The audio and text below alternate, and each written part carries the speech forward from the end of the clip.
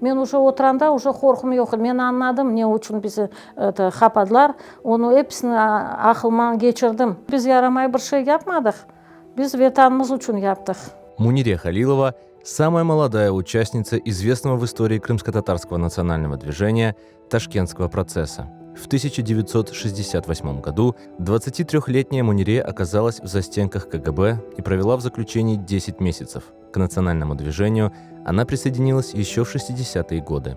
Эр вақыт анамлар, бабамлар, дедем сөйлер еділер, что bizim Қырым татары сұрғын еттілер Қырымдан. Сон Беговата келген сон, мен онда таныштым. Джипаров Аким Ағанин, Мартынов Мухарем Ағанин, Муртаза вот это аға, директор музыкальной школы, Эльдар аға Шабанов. Вот оледа, вот олармен берабер мен башладым қатнашмая. В 1963 году Мунире Халилова поступила в Черчикское медучилище и спустя 3 года начала работать акушеркой. 66-да мен мандат алып Москваға кеттім. О жылдары пек жоқ 600-800 адам Москваға кеткен. Олардың сырасына мен де кеттім мандат алып. Москвада мен 3 ай отырдым. Онда вазифеміз адамдарға біз кім olduğumuzu білдірмей естедік. Олар даже білмез еділер, что біз Қырым татарлары. Сон информациялар язар еділер, мен машинкада олары печатать етер едім. Активистов преследовали спецслужбы, вылавливали в городе и выдворяли из Москвы.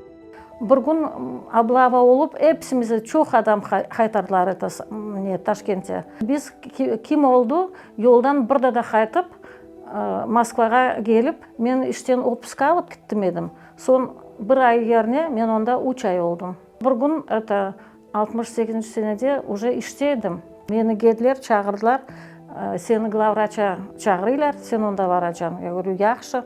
Сон бардым главврача, бақсам, онда адамдар отырылар, гражданский одеждаларнен бөле. Говорит, вот бар нелеріне топла, чық, говорит, это бізден кетежен. Так юная Мунире оказалась в КГБ, не понимая, что ее ждет. Ондан да хаберім жоқтыр, недір о КГБ, насыншы ее. Алып кетіп, мені сразу подвалға түшірділер. Менің сачларым ұзын еді о вақты. Бұтын шпилька, милька бір şey жоқ. Шнуры снимайте, это снимайте. Оледа алып кірділер мені. Мен 2 ай онда отырдым одиночной камерада. Спустя 5 месяцев Мунире Халилову перевели в ташкентскую тюрьму. Там она узнала, что с ней в заключении оказались и другие крымские татары. Эльме берділер тошек, дустлы тошек, штек чаршафнен, әпсі үстлерінен дус токлюя біле прям оле. Алып кеттілер мені камерая. Онда уже балабан камера, 18-20 адам, апайлар.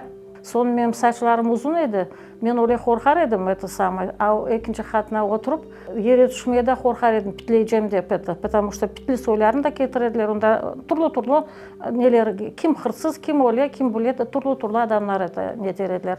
Мен бір күн шықтым прогулкаға дедім, мен даже білмеймін, нере мен алып кетежеклер. Сон шықсам, олай аз барлар, он тепеде закрытый. Изедағам түркілерінен ерлап башлады. Это Мунире, сен некен шықмайсың, бұле деп. А мен көрем, мен да нетем, мен білмейім, мен же білмейім, нередейім мен деп. Соны өдіт, қорқма, сен прогулкая чық, бұле деп. Оледа мен башладым прогулкая чықмая. А таш түрмеде, килканың көзлері ялдар еді шорбалардың ішіне. Ақшаман чаресі жоқ еді. Ач олсан, қапыста шорбасы олса, макарон шорбасы олса қапар еді. Отмеклер қап-қара. Кирпичлер гибеду отметлер. Заключенных постоянно допрашивали, говоря, что они порочили своими действиями советский строй. К Мунире не пускали мать, с которой она не виделась многие месяцы. Чтобы добиться свидания, Мунире даже объявила голодовку. Спустя 10 месяцев заключения начался суд, который вошел в историю крымско-татарского национального движения. На скамье подсудимых оказались 10 человек, среди них 2 молодые женщины – Светлана Аметова и Мунире Халилова. Адам пек çok olur еді, 500-400 адам. Бүтін Өзбекстандан, бүтін көйлерден, бүтін неден келер еділер. Ал судың дорбияны да канабалар қазылмыш еді, что адамдар geçмесін деп. Суд длился месяц. Осужденные получили разные сроки. Мунире Халилова была освобождена, как отсидевшая свой срок до суда. Вернуться на прежнее место работы ей не удалось. Мунире Ханым отправилась в Анапу, где продолжила участие в национальном движении с местными активистами. Спустя 3 года она вернулась в Узбекистан, вышла замуж, стала матерью 3 детей, работала в роддоме Ангрена и не прекращала деятельность на благо народа. В 1990 году Мунире Халилова вернулась в Крым. судаға қайтмай істедім. Башқа нем жоқ еді, потому что мен анам, бабам, дедем епсі судақлы еділер. Ворын көне ашар еділер. Бұнда самозахватта отырдым 3 ай. Алдық участок бұнда. Башладық, баштан сарайлар яптық, толден сарайлар. Қиын еді. Орталықта су жоқ еді, бір шей жоқ еді. Бір шей бұнда кечірмeye бермезділер. Не таш, не топырақ, не цемент. Сон кечелерінен цемент кетіреділер еді. Bizim бір адамымыз бар еді, о цемент кечелерінен кетіреді. Соны о цементтің ішіне, бочканың ішіне кіріп балаларым, олары бошатыр еділер о цементлері. Ev құрмақ үшін. Бірінші жылдары мені іше алмадылар.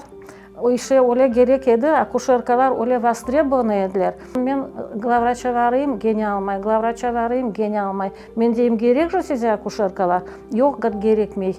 Сон мен дейм алыңыз мені санитарка. Мен екідәне балам менен говорю, біз уже говорю, мен ақшам жоқтыр, мен уже олмайым яшамай, қиынлықты чекейм. Мунире Халилова все-таки добилась, чтобы ее приняли на работу, и вскоре стала одной из самых востребованных сотрудниц. Она работала акушеркой до 79 лет. Мунире Халилова по-прежнему живет в родном Судаке и остается активной участницей крымско-татарского сообщества.